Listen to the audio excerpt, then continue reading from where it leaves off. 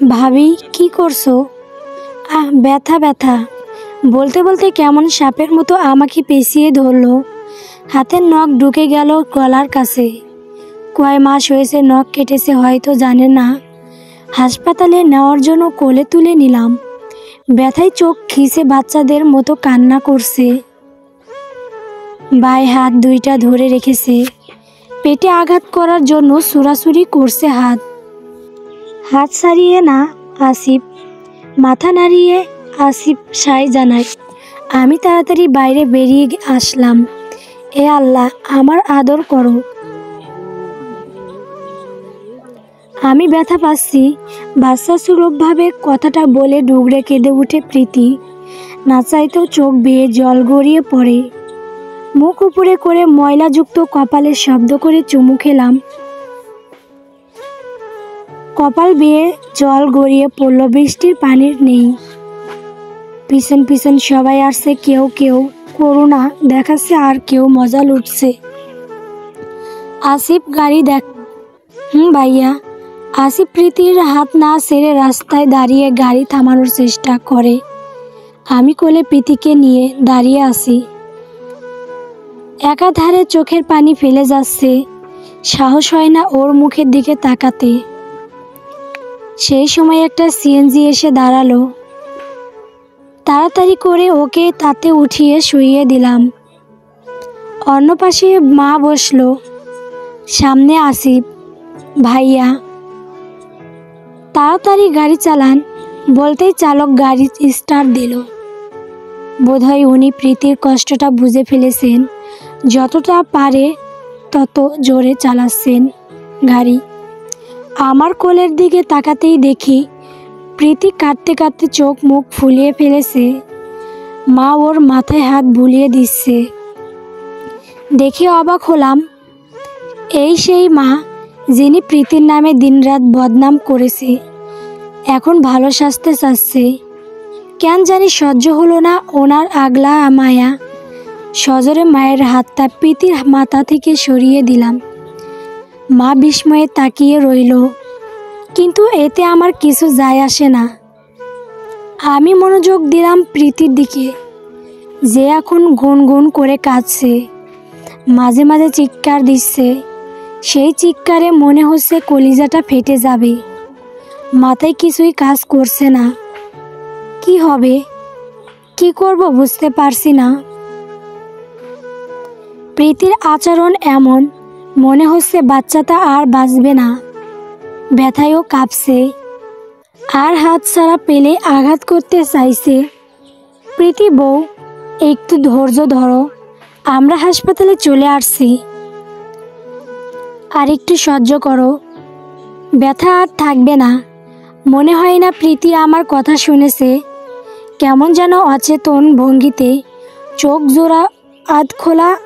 হঠাৎ হাতে ব্যথায় কুকিয়ে উঠলাম আমি।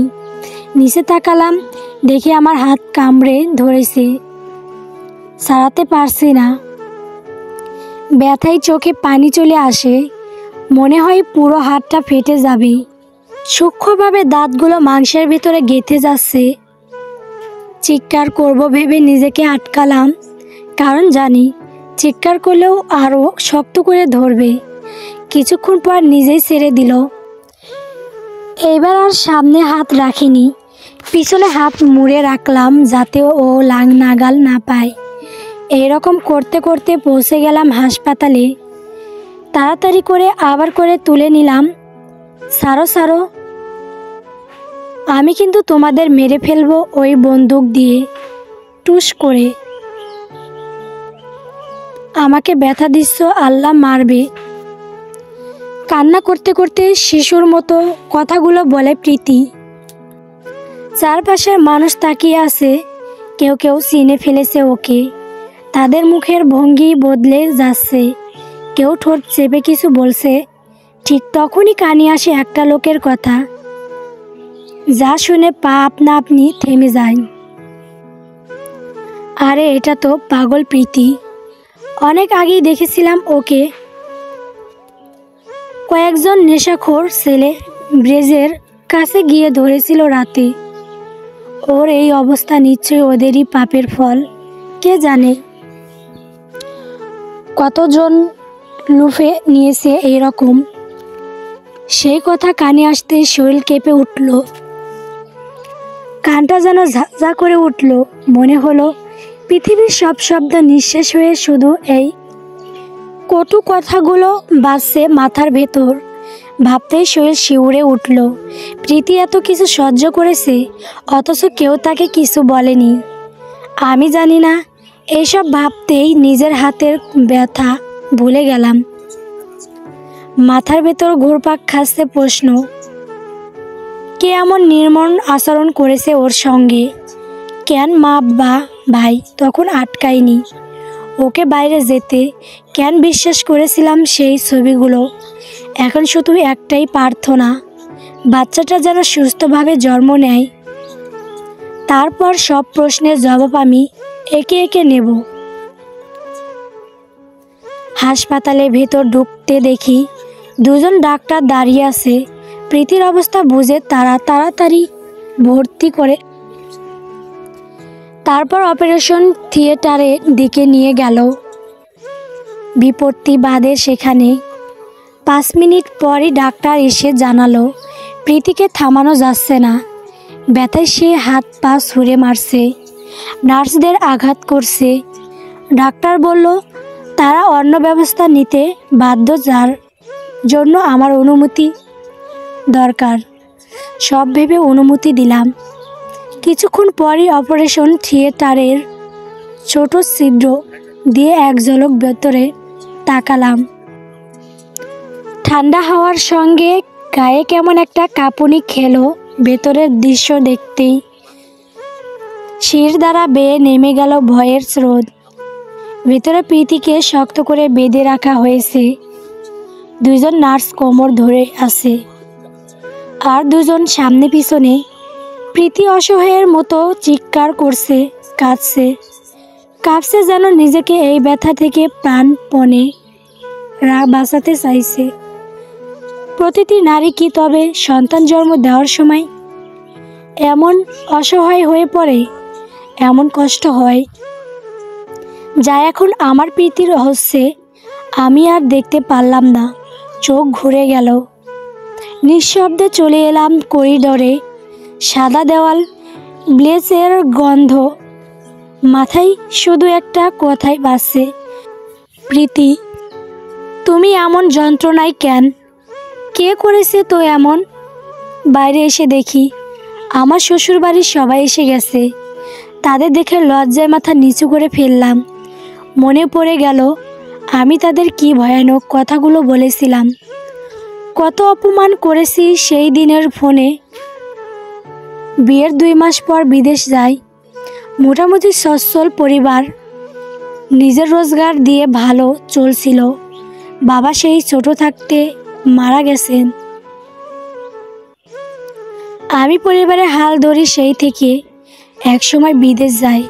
প্রায় 8 বছর পর বিয়ে করার জন্য বিদেশ থেকে আসি, কিন্তু পাত্রী পছন্দ করতে করতে 5 মাসের ছুটি 3 মাস চলে যায়। একদিন এলাকায় পুকুর পাড়ে প্রীতিকে দেখি, সে কলসি করে পানি নিচ্ছে।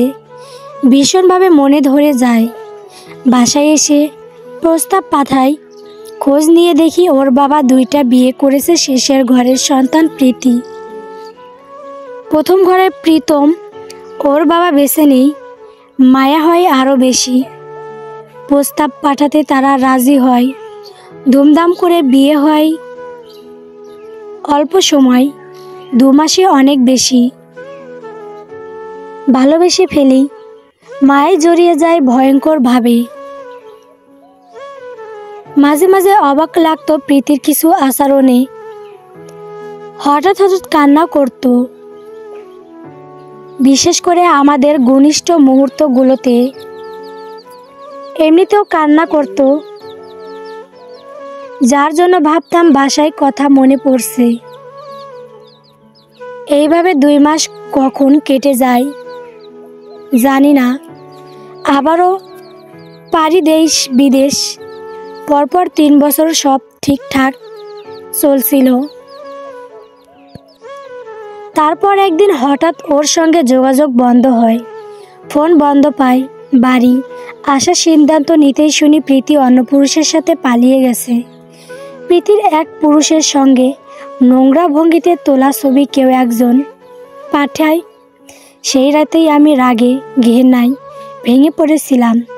জানি না এখনো কে সেই ছবি তুলেছিল, কে পাঠিয়েছিল। সব ভেবে দীর্ঘশ্বাস ফেললাম, সামনে তাকিয়ে সালাম দিলাম।